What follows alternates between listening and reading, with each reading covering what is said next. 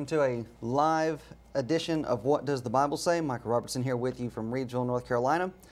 Been out the past couple of shows. Wednesday night out with the cold that was going around. Caleb was out Thursday, but we're glad to be back this Sunday night. And let's see, tonight, 3 days away from the debate. We want to make sure that we are continuing to advertise for that, and that our brethren are continuing to advertise for it, and not just our brethren, but even those, if you are a Baptist and you are wanting to root for Mr. Andrew Sluter, we're fine with that too. We want everybody to be advertising this to their community, getting them out either to come and assemble with them. That's what we're doing, and that's what we're encouraging other brethren to do that will hopefully be watching this debate during their assemblies this coming Wednesday. This Wednesday in Martinsville, we'll be watching the debate instead of having our normal Genesis class. And we're inviting the community. Come out and view this debate with us. If you have any questions while you're watching this debate, just grab one of the men, or if you're a lady and you want to discuss with one of the ladies, grab one of the ladies, and we'll discuss with you right there. Or if you want to call up to the station on this live discussion, this live debate on Wednesday night, do that as well. The second hour, they're planning on putting the phone numbers up so as to allow the community to call in and ask questions on this very important topic. Now, is this topic any more important than anything else that the Bible says about what a person is needing to do to be saved? No, it's not. But this is just one of the more heavily contested, this is one of the more heavily argued positions that, well, hearing, believing, repenting, confessing, yes, all of that is important. You are, in fact, needing to do that, but just when it comes to that final point about baptism, what Jesus said about it, what the apostles said about it, what the first century church was following on the writings of the apostles and other inspired men. The reason why we hammer on this so heavily is because this is going to be the one thing, and I guess really it's not just this one thing that keeps people from being saved. They're not wanting to turn their lives around. I mean, if you're not going to get down into the water, if you're not going to follow that part of Scripture, why would anybody think that you would follow anything else that's prescribed in the Scriptures that we're supposed to do as being faithful children of God?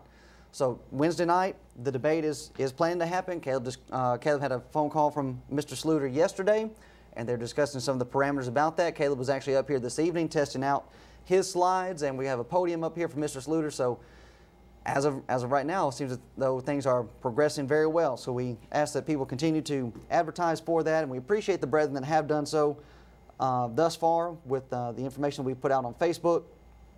That has been spreading around, and we appreciate that very much. Check us out on Twitter, of course on YouTube and Instagram, and the different broadcasts, the different assemblies that we have. Danville, 120 American Legion Boulevard, 823 Starling Avenue in Martinsville, Virginia. Now tonight, what we're going to be dealing with is jumping off of the last Sunday show that I did, where Caleb, before I came on his Thursday show, was discussing the situation with James Gunn and the pedophilic jokes that he was making on his Twitter account. And I wanted then to bring out what a lot of brethren are upset about. This is something else that's made its rounds on Facebook with a lot of the the brethren that I'm friends with, and they are just appalled with this TEDx talk. Now TEDx is a little bit below the actual TED Talks, but it's not any less authoritative. People look at the TED Talks, man, that's the higher ups. Those in the TEDx, they are equally as authoritative in the minds of these people that look to the TED Talks. But interestingly enough, a brother down in Georgia sent me a link that this particular TEDx talk was actually removed from, I believe, from the YouTube channel or off of YouTube because of the backlash that it was actually getting. Now that's, in one standpoint, I guess that'd be a thing to be happy about, that okay, at least when it comes to this point, enough people were spreading around, they were getting enough complaints, and rightfully so, not just complaining for the sake of complaining. We are wanting to uphold righteousness. We're not willing to allow, we're not going to allow to have our children be offered up to be sacrificed in this realm just because of some individuals have had their wiring messed up. They have had their thinking, their mental state altered. I know in this TED Talk, if you remember, they were saying that this is an orientation, this is an identity, just like homosexuality, just like heterosexuality. You don't choose it. It's something that's given to you. Now, we're going to deal with some things this evening coming from different aspects, not necessarily with pedophilia, but still connected back with homosexuality, because as we mentioned on the broadcast that I did Sunday night about this, we were the ones, Dad was on Headliners with Larry Serber, I think it's Tony Jones and Troy, and what was Dad saying on Headliners? If you let this slip, if you give in to the homosexuals what it is they're wanting, just let us identify as homosexuals and just let us get married. If you give in to that, this is what's coming next. The pedophiles are then going to want theirs. And it happened. It started with the homosexuals and went to the transgenders. Well, this is how I identify as a, I don't identify as a man, I identify as a woman. And then it's moved on to this. And even, I believe it's in Seattle, there are actually flyers that are just being openly put out on telephone poles, and it's mentioning the same thing that was mentioned here in this TEDx talk.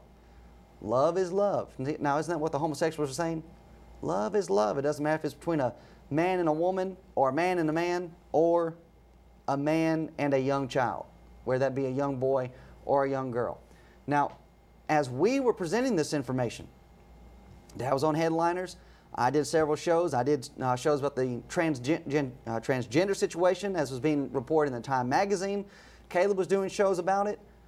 Was anyone else there alongside of us? Was there anybody else chiming out? Now, there might have been, certain individuals that were calling in on the program, but I'm talking about, where were your pastors? Your pastors. Where were your bishops? Your apostles? I have all these in quotations because they're not really pastors, they're not really bishops, and they're not really apostles. They're not at all following what the Bible teaches in those regards to those offices. Where were these individuals? Where were your leaders? They're nowhere to be found. And in fact, many times throughout many events, we were showing the community your preachers, your pastors, bishops, apostles, they're nestled up, they're rubbing elbows right there with those of the homosexual community. And this is something that's been going on for years. I have a book in my library about a gentleman who was in the circus. He came out of the circus and went into the charismatic movement. And one of the things that he could not understand was why there was so much of the homosexual community involved in the music ministry in these churches. You want to know why none of your preachers were out there? Because many of your preachers and your churches are being held hostage by these type of individuals in the homosexual community because they're overseeing your music. And the preacher knows if the music goes, then the membership, the people in the pew, they're just going to follow wherever that music minister goes. We're not really here for the preacher. Now, they may talk about, oh, we love our preacher. Oh, we appreciate our preacher. Then how come there's so little preaching and yet there's so much music at y'all's worship, at y'all's service? I'm seeing a little imbalance here with what it is that's actually happening. But where's this actually coming from? That's the next position that I'm wanting to deal with, and especially with my own brethren. Tonight's episode, or tonight's study, is going to be a little bit diving into, some grave error. And when we bring up grave error, we mention grave error, we're dealing with brotherhood situations. Most of the time it's in connection with fellowship. It has to do with some of the institutions, higher education, some of the schools. We're going to be bringing some of those up tonight, and we're going to have some of this further developing on Facebook. Lord willing, tomorrow I'll be able to get an article up and get different things clipped, audio from official sites, just so as to show what it is that's transpiring, just like at this TEDx talk. This movement with pedophilia is getting its push from the supposed intellectual elites. That's who you have at TEDx, that's who you have at TED. And oftentimes throughout our brotherhood, and which is the same in the denominational realm, you have young preachers, and they're coming in and they're influencing congregations where they're going and filling pulpits. Where are they getting their ideas? I mean, here you have Baptist churches that have practiced a certain way for 40, 50 years, and then all of a sudden this young buck comes out of school and he starts changing things. Well, where did he start getting these these newfangled ideas? From the the intellectual elites, from his professors, from his teachers at seminary. Unfortunately, the same thing happens in the Lord's church as well. individuals get preacheritis, and basically whatever this preacher says, hey, we're going to buy into it, and we're going to follow after it.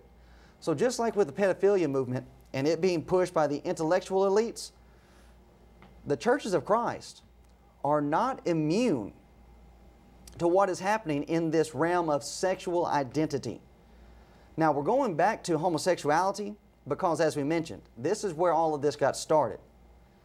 And I am curious, and I'm wondering if the brethren realize, if anybody out there realizes, the dilemma that our schools are actually in because of this whole, sexual revolution, the sexual identity revolution.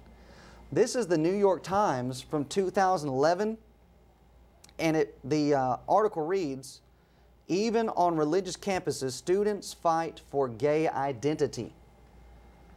What's going on at places like Abilene, Harding, other institutions that are associated with the Churches of Christ? You might be asking yourself, why are you singling out Harding and Abilene? Well, the reason for that is because they actually made it into this article. Right there is Baylor, a section there for Baylor. And right here, we get into a section where they mention at Abilene Christian University in Texas, several students are openly gay and many more are pushing for change behind the scenes. Last spring, the university refused to allow the formation of a gay-straight alliance. What are our institutions of higher learning going to be able to do in this type of atmosphere, and what are they actually going to end up promoting? What are they going to end up teaching? Now, here we have, this is the New York Times. The last time we had mention of religious schools, which it wasn't any, I do not believe is any associated with the Churches of Christ, but we had, it's not the Drudge Report, Huffington Post. When we were discussing the pornography, the nudity in the art department at Freed-Hardeman, we made connection to the fact that the Huffington Post, and this was an older article too, I think it was about 2007, 2008, was already forecasting, was already predicting that religious schools that were offering art degrees were going to have a major problem when it came to them giving their art degrees because of what is included within studio art. And that of having to draw semi-nude and nude figures, nude bodies. And that is in fact a requirement if you're going to have an art degree, an official art degree. And they interviewed different schools, and they're asking them, well, what are y'all going to do about this? And all of that. Here we have the outside world, and what are they saying about it? Okay, this is going to end up being a problem. And what my brethren need to start realizing is 2011, the New York Times says, hey, y'all about to have a problem on y'all's hands. And Abilene's already faced it when you have that there are openly gay and many more are pushing for change behind the scenes. They're trying to start revolutions on these, on these campuses. What are these schools, what are our brethren going to do? Are they going to uphold what the Bible actually teaches and thus end up discriminating against a sexual orientation? Now, I'm putting that in quotations because this whole sexual orientation, sexual identity thing, you want to know, well, I'll save that for just a moment as we get a little bit further into our PowerPoint. But here it is, 2011, New York Times is saying, Abilene Christian University, you're going to have problems. Why is that? Because of the stance that these schools, which of course we've already done programs about Abilene, Harding as well, they are departing from the doctrine, or departed, Abilene for sure, has departed from the doctrine, departed from the faith, and they are truly just another denomination like the rest. But here we have a quote from, let's see here, who's this individual? I know his name is here somewhere. But anyways, he's the vice president, Gene Noel Thompson, University's vice president. We want to engage these complex issues and to give help and guidance to students who are struggling with same-sex attractions. Now, right here, ladies and gentlemen, these complex issues, and to give help and guidance to students who are struggling with same-sex attraction. Now, I have a book right here on this table that ends up using the same terminology, and I'm wondering if a lot of these brethren that are discussing this topic have not read this book. It's a memoir by Sally Gary, and it's titled Loves God, Likes Girls. And in this book, the whole entire time, she's a person who has had some type of trauma. So even in the book, they're not even given any type of insight or inclination that, okay, this is simply biological. That in this book is based upon a home that's not operated properly, a husband who's not behaving like a husband ought to, a father who's not behaving like a father ought to, a wife who's not behaving like a wife ought to, and thus not behaving like a mother is supposed to, and thus that having a imbalanced or an improper influence on this young child as she's trying to develop. Now you see right there, it's not a biological issue, it is simply just a developmental issue. And that if parents will take the role that they're supposed to have, then what about her early stage development? It would not be a problem. Now we'll get into some of that in just a moment, but they're looking at this as being complex.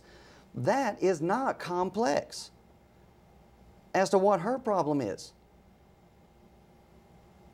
And in going through the book, you can tell that she then starts trying to blur the lines between, well, it's because of a mess up in my home that has actually pushed me towards this, to where you actually have some, tinges of her putting the blame on God that, well, why did God make me this way?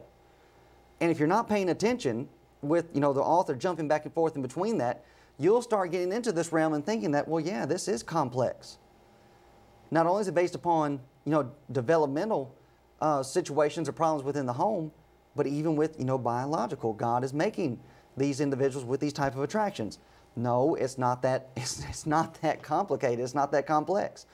And so as we're discussing with this, are we, in fact, in the churches of Christ, do we want to give this type of assistance? Oh, yeah, we want to give assistance. We want to help those in the homosexual community. We want them to be able to go back to what it was that's actually triggering this type of thinking, and for them to realize this is not a thing of that you're born this way and that these urges just came upon you. You had some type of point, some reference point in your development that whether you were a boy, you started viewing how girls were getting special types of attention. They were getting special treatment. And then you as a young child started trying to implement that. Well, I want that type of attention. I want that type of special treatment. So I start acting like a girl. And I say that I'm interested in boys. And what does that do? That puts me in the circle with the girls. If you're a young girl and you're seeing how that boys get special type of treatment, you're a girl, your father doesn't appreciate you as being a girl, what do you then try to do? You try to compensate by being a boy. And what does that end up pushing you into? Well, if I'm going to be like a boy and hang out with the boys, then I have to say that I like girls. That's not complicated. That's not complex.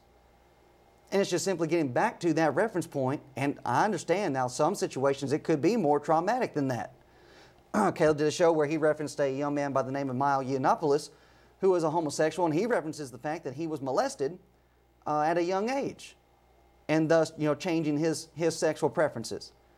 We understand that those type of things take place, but to then look at that and say, well, this is a complex matter, than just simply saying, well, homosexuality is wrong. Now, why are we bringing all that up about the desire to help these individuals? Well, because of what another brother in Oklahoma informed me about in the Christian Chronicle. The Christian Chronicle is actually advertising an event that is put on by Centerpiece Incorporated. They're having their E3 conference. Now, if you remember from past discussions about the Christian Chronicle, to quote an elder in the Henderson area, the only reason a member of the Church of Christ would read the Christian Chronicle is to find out what the liberals are doing. They're going to have their E3 conference. It's a joint to join Bible faculty from Church of Christ colleges as we create open dialogue about faith and sexuality. Guest speakers include Don McLaughlin from North Atlanta Church, as well as popular speaker and author Justin Lee. Now, in looking at this, one name, if you've watched the Grave Air programs, Bible studies, you know that we've mentioned Don McLaughlin once before. If you want more information on him, go to the YouTube channel and brush up on his situation, mechanical instruments and music. His daughter is involved in teaching over mixed audiences, preaching in mixed audiences over men and women. But look at what you have here. To join Bible faculty from Church of Christ colleges as we create open dialogue about faith and sexuality. I was telling Caleb about this in preparation for what I was going to be doing tonight, and he said, when it comes down to things like this, I wouldn't have such a problem with it if I actually knew they were going to do something. Now, a person might listen to that statement and say, well, Micah, how do you know they're not going to do anything? Because Centerpiece Incorporated was actually started by Sally Gary. On the very back of this book, Sally Gary is the founder and director of Centerpiece, a nonprofit ministry providing safe places for conversation about same-sex attraction in families and churches. Now, in looking at that, in looking at this information, you might be saying, well, how do you know they're not going to try to bring people out of these type of, these type of situations? Well, notice what you have here. Here's their Centerpiece E3 on the actual Christian Chronicle website. What am I needing? Oh, I know what I'm needing. I need to go to Facebook. Sorry about that. Give me just 1 second. That's how they're advertising it on the Christian Chronicle, on the Christian Chronicle website. How do they actually advertise it on their own Facebook page? Centerpiece E3 Conference. Who's going to be involved? E3 Conference 2018. Building a community by sharing our stories. So all this is just a powwow where we get together and share our experiences.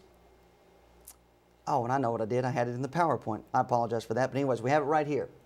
Here's their Facebook page. Building community by sharing our stories. This is the E3 conference theme. I'm looking forward to the open mic session where participants will have a chance to share. Our stories are powerful. Don't miss this opportunity to share and listen. Who should attend E3? Now, you're probably going to take some zooming in here. Who's it say should attend? Yeah, there it is, right there at the top. LGBTQ Christians. How do we know this actually is not going to help anybody? Because they are believing that you can be lesbian, gay, bisexual, transgender, queer, and still be Christians. That you can have these type of attractions just as long as you are not acting upon them. Now, where am I getting that? Let's go back to our New York Times article. This was about Abilene. Here's the situation at Harding University in Arkansas, which, like Abilene Christian, is affiliated with the Churches of Christ. Half a dozen current and former students posted an online magazine in early March featuring personal accounts of the travails of gay students. The university blocked access to the site on the university's internet server, which helped cause the site to go viral in the world of religious universities.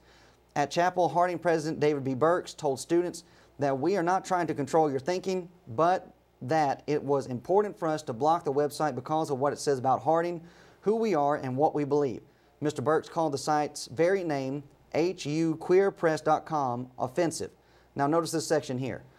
Most evangelical colleges say they do not discipline students who admit to same-sex attractions, only those who engage in homosexual behavior or activity. On evangelical campuses, sexual intercourse outside marriage is forbidden for everyone. Abilene Christian sees a big difference, Mr. Thompson said, between a student who is struggling privately with the same-sex feelings and a student who in emails on Facebook and elsewhere says, I am publicly gay, this is a lifestyle that I advocate, regardless of where the university stands. Now, with that section, I can somewhat sympathize with that. Here's a person that, okay, I'm having these feelings. Well, nothing really to get too alarmed with just yet. But if you are a person, which still the feelings are wrong, we're going to get into that, just a little bit this evening. It's not a thing that, hey, you can have these attractions. You can be gay, you can be homosexual and still be a Christian, have those attractions. That's what most evangelical schools say. And in this book by Sally Gary, who's the head, the founder of Centerpiece, this E3 conference, guess what she ends up saying at the end of her book about herself? She ends up saying, I wish that I did not have these feelings, but I still do have these feelings, and I'm still a Christian. I have these feelings, but what about acting on them? Well, I don't act on them. So since I have these feelings and I don't act on them, it makes it okay. Now, where's everybody getting this mentality? It's right here in the New York Times. And these individuals, notice here, notice what Abilene is concerned with. This is a lifestyle referencing those who advocate homosexuality regardless of where the university stands. What about where the Bible stands? I'm not really concerned so much about where the university stands, because if the university is not standing with the Bible, then that doesn't amount to anything. The university can stand wherever it wants to. I'm wanting to know where the Bible stands on this, and if you're claiming to be a Christian university, which there really is no such creature, then you better be making sure that you're following after what it is that the Bible actually says. Now, we're going to get into some argumentation this evening. But first, what we want to make sure that we emphasize with what we're going to be presenting tonight. Now, we're going to be playing some devil's advocate here, and we're going to be giving out some argumentation that's very similar to what we just read from the New York Times about what many evangelical schools are saying. They do not discipline students who admit to same-sex attractions. In their minds, there's nothing wrong with that. There's nothing wrong with same-sex attractions, only those who engage in homosexual behavior or activity. Now remember that. That's going to be important when we get into our arguments here in just a moment. But in 1 Corinthians 14:9, when Paul is referencing to the assembling together that the brethren are to be doing, they're coming together as the church. They're coming together to be edified and uplifted and built up. How are they going to do that? So likewise ye, except ye utter by the tongue words easy to be understood. One of the problems that we end up having with individuals like Sally Gary, Don McLaughlin, and those professors at Abilene and Harding and other Christian schools, or schools that are associated with the Churches of Christ or any other seminary, anything like that, they do not like to use words that are easy to be understood.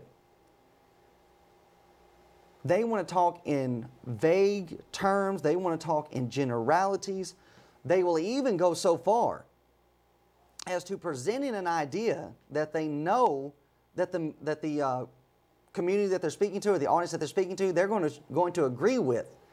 And thus, in agreeing, knowing what this person is about to say, you tune them out. And you tune them out just long enough for them to actually then slip in something that's going to end up going against what it is that they are actually wanting to present. And when we're coming to what our schools, you have most evangelical schools, colleges, do not discipline students who admit to same-sex attractions. Well, how do they end up building their argumentation? Well, let's just run through some of this tonight, and I want to ask our viewing audience, what would you think if you heard us say about same-sex attraction? We're discussing with you about what does the Bible say about it. Is it right? Is it wrong? Permissible? Not permissible? In dealing with same-sex attraction, if culture could justify sexual behavior, it would have been justified at the time the New Testament was written. However, let us keep in mind that culture cannot justify something. Now, in that by itself, most of my brethren, I'm sure, would be saying, yeah, that's absolutely right. We're not looking for what is moral, what is right and wrong, to be determined by cultural cues. Because as we're seeing in our very culture, we know that cultural cues can get messed up. can get brought out of whack. So a lot of individuals looking at this, they'd say, well, yeah, that's right, I agree with that. All right, but in agreeing with that, would you be paying attention if I then moved into my next line of thought about why it is that we're not able to allow culture to determine about same-sex attraction? The problem in looking at whether same-sex attraction is right or wrong, the problem is looking at trying to answer the question with social science, research, and psychologies that we are answering the question the wrong way. It's not a question of culture, and it's not answered by culture, by social science. It is a question of morality. Now, even a little bit further, some might be saying to that, well, yeah, I guess, to a degree, I can agree with that it's not, this is a question of morality, sure. And that's kind of the part where you start honing in on and start focusing on, yeah, this is a moral issue. And in dealing with moral issues, social sciences, research, psychologies may not be the best way to go. But then, what about if I move into my next realm of argumentation? Since it is not a culture, a thing that can be justified by culture, and it is not something that is to be answered by social science, research, and psychologies, what does the research say about those in a committed homosexual relationship? Is their relationship better or worse than those who are in a heterosexual relationship? Are children raised by parents who are homosexual better or worse off than those raised by heterosexual parents? Now, what is it that I've already established? In your minds, and you agreed with me, okay, this is not a culture issue. So with it not being a culture issue and not being able to be established by sciences, social sciences, research, and psychologies, then what about what social sciences, researches, and psychologies have tried to research about it? Can we then lean on them for this moral issue? Can we then lean on them for understanding about, okay, what about these same-sex couples and their ability to be able to adopt and rear up children?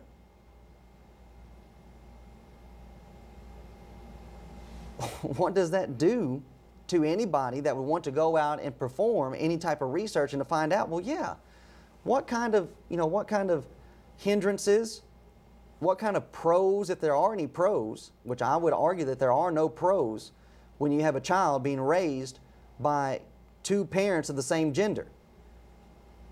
There are not going to be any pros to that. There are going to be more detriments in that child's development, because you're going to have natural desires that are going to be found within that child, whether it be male or female. And what are they going to end up seeing? Well, here's somebody that's like me, but they are attracted to somebody that I'm not attracted to. What's going on here is going to engender more questions than in giving answers than it ought to.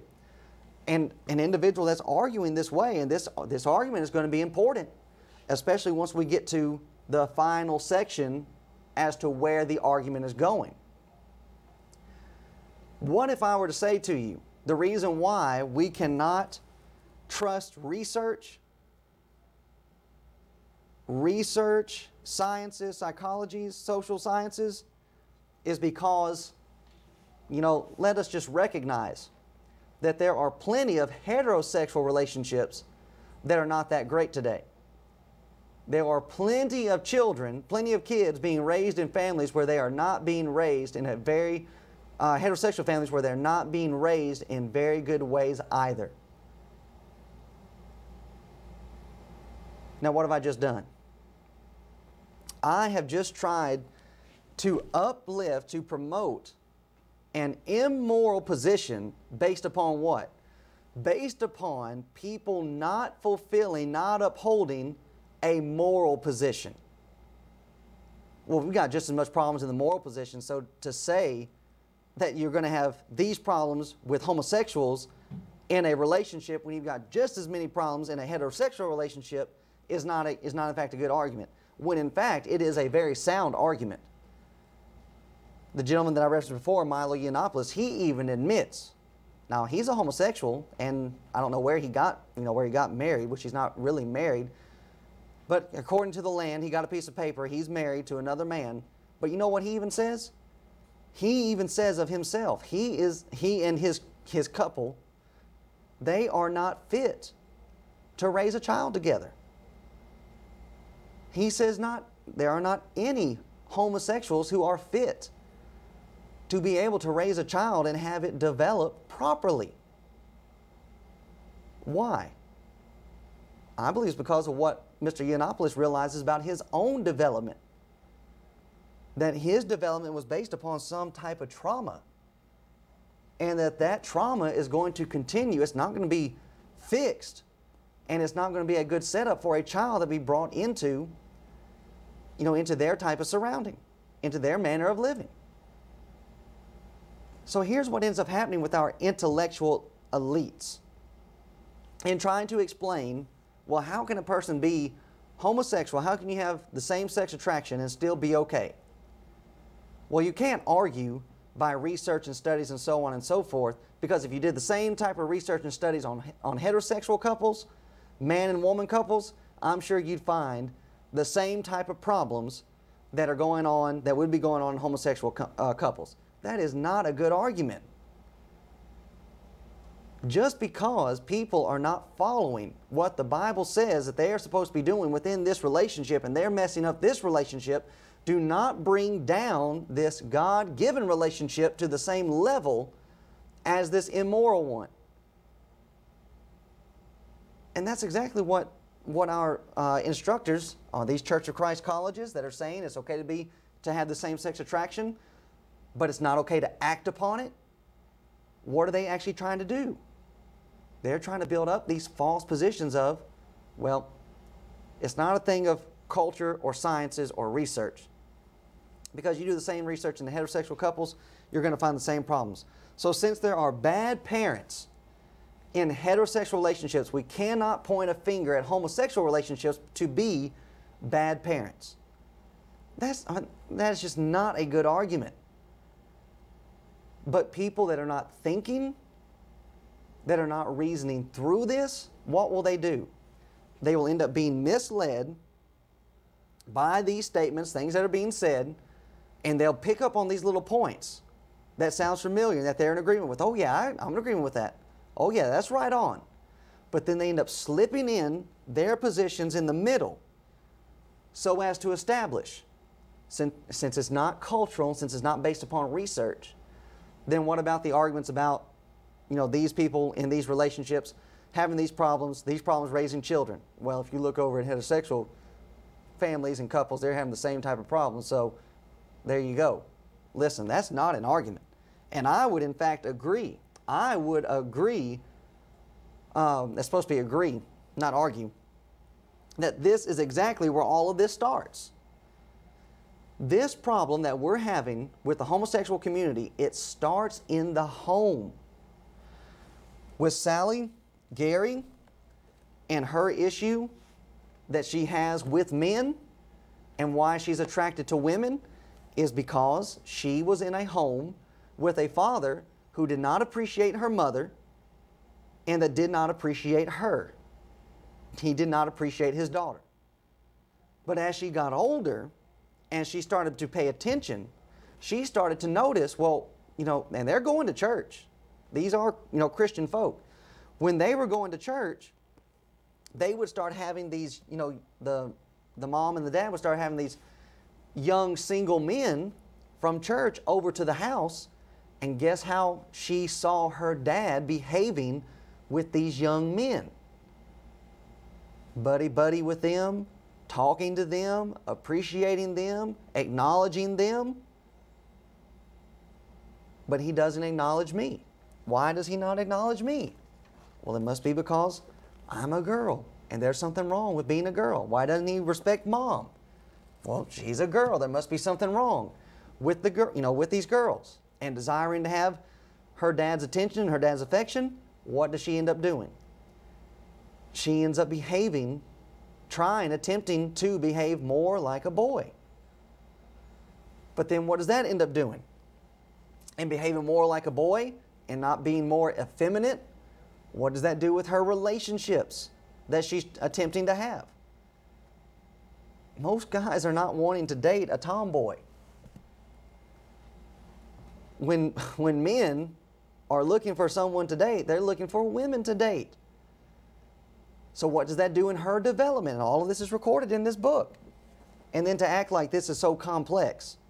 No, all we have to do is just break all of that down, get her acting back to the way she's supposed to be acting as a woman, and what's going to happen? You're going to be able to attract a godly man. Now that's part of the problem too. You have in these homes parents that are not raising up godly women to look out for godly men.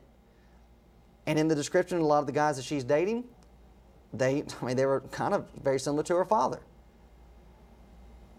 Didn't appreciate her, which a lot of that is, brought to back to her, development. So what about the complexities of this and getting her back to where she's needing to be?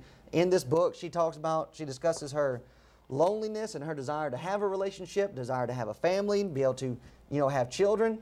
But in realizing that she can't act upon what it is that she's feeling, well, then you need to change your feelings.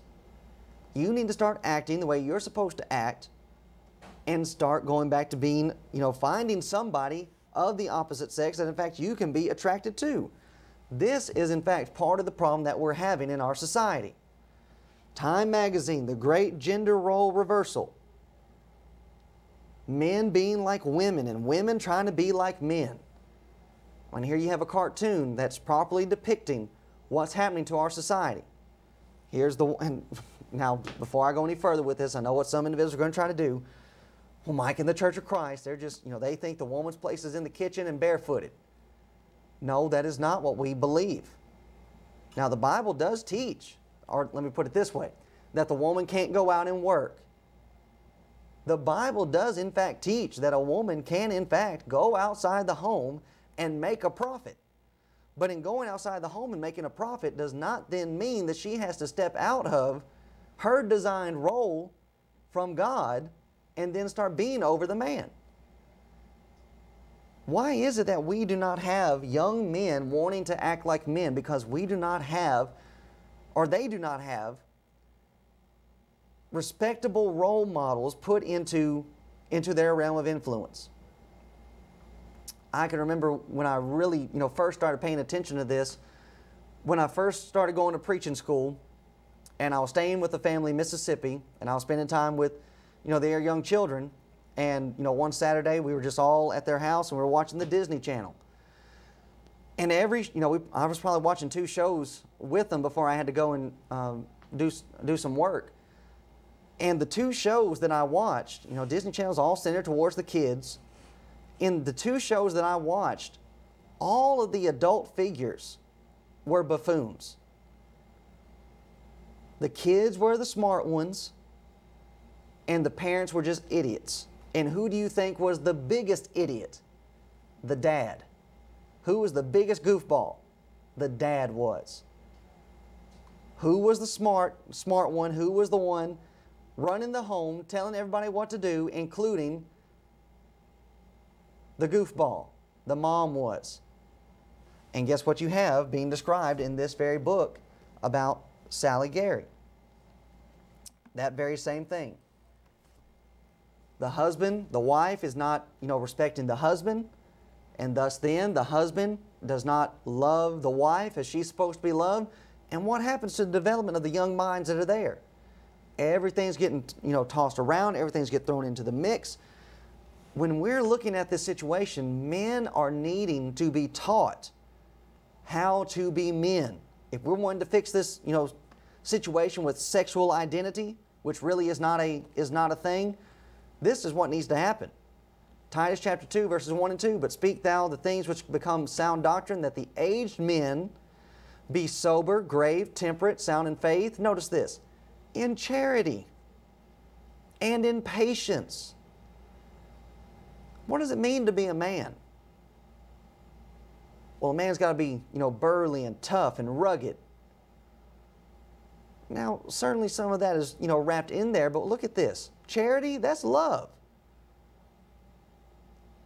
A true man is sober, he's watchful, he's grave, he's temperate. That's self-control. And not only that, he's loving. Self-control and being found in patience. And what are they supposed to do? Young men likewise exhort, encourage, teach them to be sober-minded. In all things showing thyself a pattern of good works, and doctrine showing uncorruptness, gravity, sincerity. What is it that young men are needing to see? They're needing to see men be men. And not by any type of worldly standard, but by what the Bible describes as being a man. Being a provider. Taking care of those that are underneath his roof. Leading. Actually leading. And that'll fix a lot of this, gender identity crisis. And not only that, as what was dealt with in this book, being able to, we had right here in charity, being able to love and express that and show that. In Ephesians chapter 6 and verse 4, it says, "And ye fathers, provoke not your children to wrath." That can be a son or a daughter. You do not provoke them to wrath, but bring them up in the nurture and admonition of the Lord. And Colossians 3:21 would emphasize the same thing. Fathers, provoke not your children to anger, lest they be discouraged. You read this book. Now, in reading this book, I'm sympathetic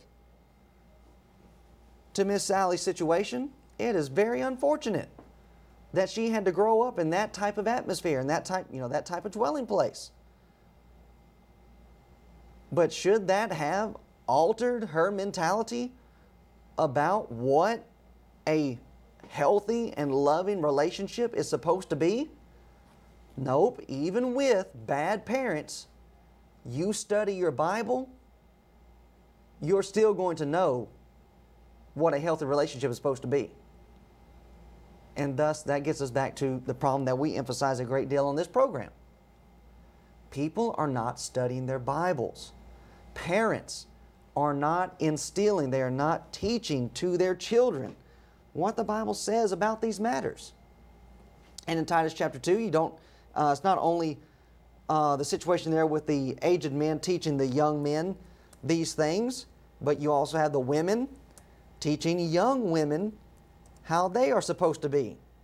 The aged women likewise, that they being behaviors becometh holiness, not false accusers, not given to much wine, teachers of good things, that they may teach the young women to be sober, to love their husbands, to love their children, to be discreet, chaste, keepers at home, good, obedient to their own husbands, that the word of God be not blasphemed. Now, what's going on in our world today? No, this isn't going on. And even in the Lord's church, there is a struggle that's taking place. It's happening on Christian campuses that are associated with the churches of Christ. And these young people are coming out and they're saying, hey, I identify as a homosexual, and I want this university to acknowledge that. Well, let's go on a little bit further. What if you heard us say these statements? What does God say about action, about behavior? I believe it is important that we recognize that God is not condemning a sexual orientation. He condemns behavior. He condemns action. Now, in the New York Times, that's what a lot of these colleges are saying. They do not discipline students who admit to same-sex attractions, only those who engage in homosexual behavior or activity. Now, if you don't know what the Bible says, then you might look at this and you might say, well, I can see some validity to this. And even when you consider some extra argumentation that I'll throw in there. In Matthew 5:27 through 30, as he talks about lust and adultery, Jesus did not condemn heterosexuality. He did not condemn a man, or he did not condemn for a man to be attracted to a woman. What he condemned was action. He did not condemn the sexual identity. He condemned the action. Now, what would you think if I went further and I said in Hebrews 13:4? Now, let's look at Hebrews 13:4.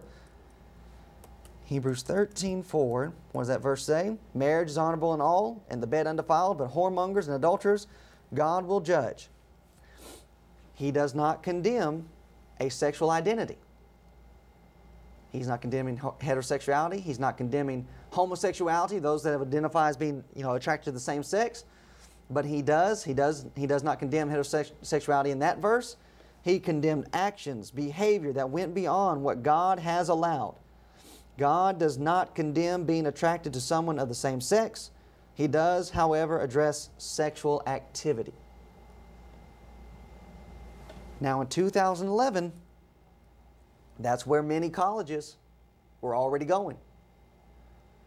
Now what would you think if you were to hear that coming from some of our colleges?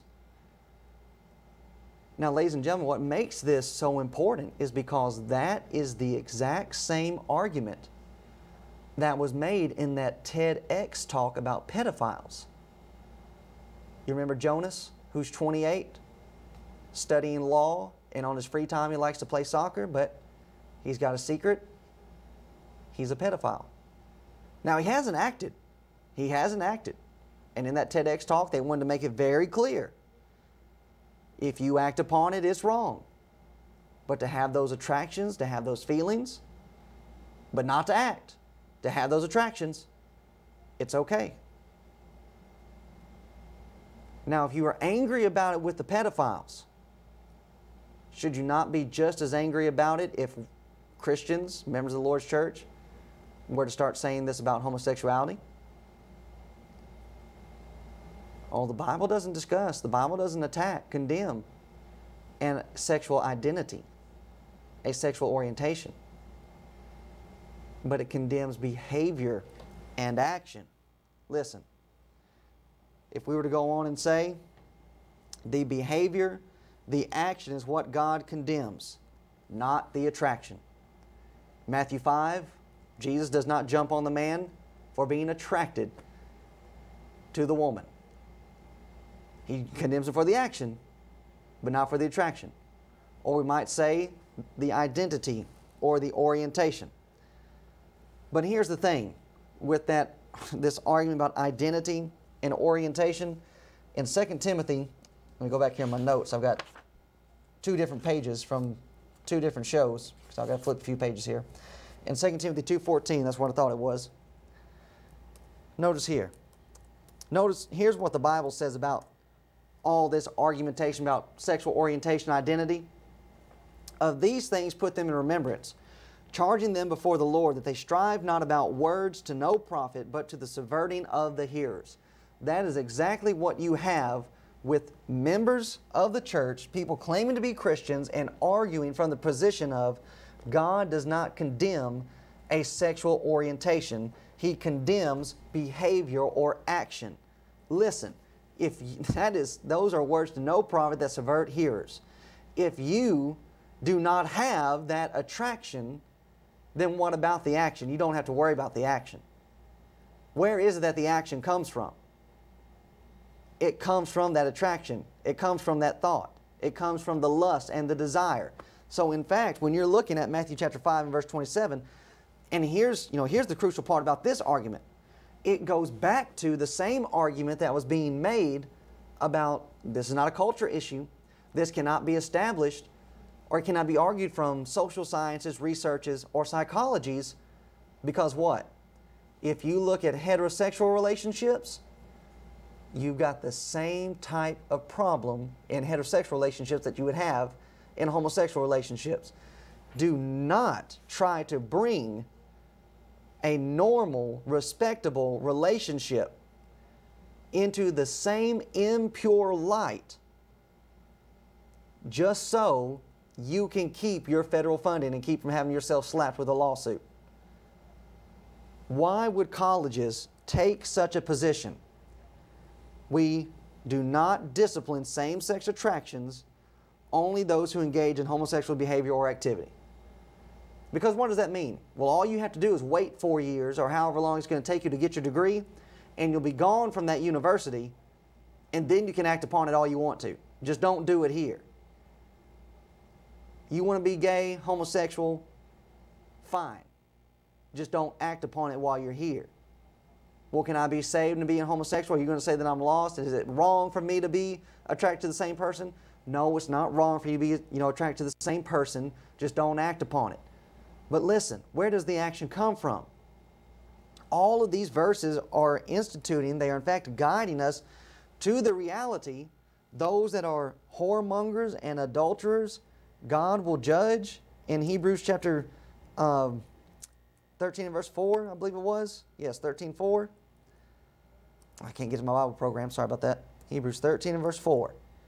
Marriage is honorable in all. Well, if marriage is honorable in all, then what about the homosexual marriage? If it's not about identity, okay, I can have these attractions.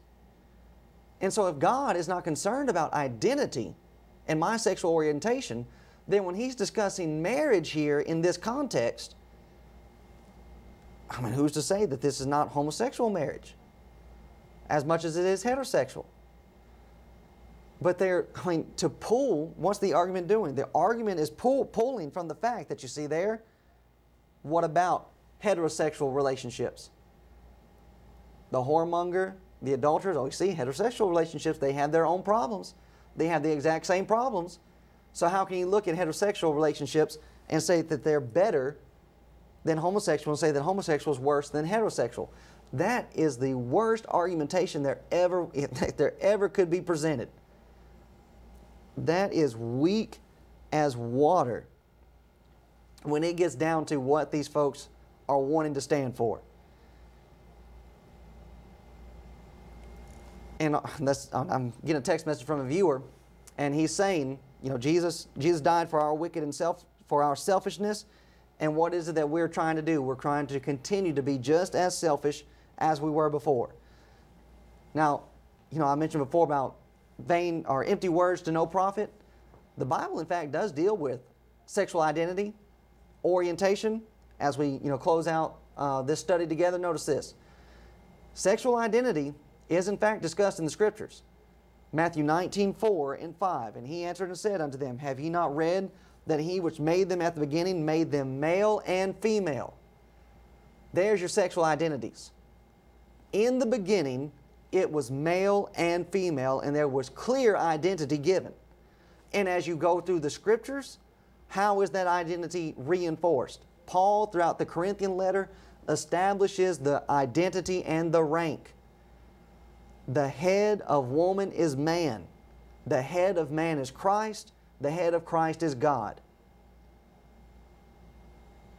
There's your identity in Scripture. And said, For this cause shall a man, notice this again, leave father and mother. There's your identities. And shall cleave to his wife, and they twain shall be one. Here's a man leaving father and mother, cleaving to a wife, and they're becoming one flesh. There's your sexual identity. There's your sexual orientation. The reason why the Bible does not talk about identity orientation like what our elites are trying to do is because there's only one sexual identity. I'm a man. And if I'm not a man, then what must I be? I'm a woman. There's not this flipping back and forth as to, well, how do I feel? And notice how the orientation is, the identity, the attraction is. 1 Corinthians 7:9, but if they cannot contain, talking about man and woman, let them marry, for it is better to marry than to burn. What's the orientation supposed to be? Man and woman burning for one another. And the reason why, just that whole argument, the reason why Jesus does not condemn heterosexuality is because that's how God made us. How ridiculous to make an argument like that. Well, God didn't condemn heterosexuality. Well, duh. That's how He made us.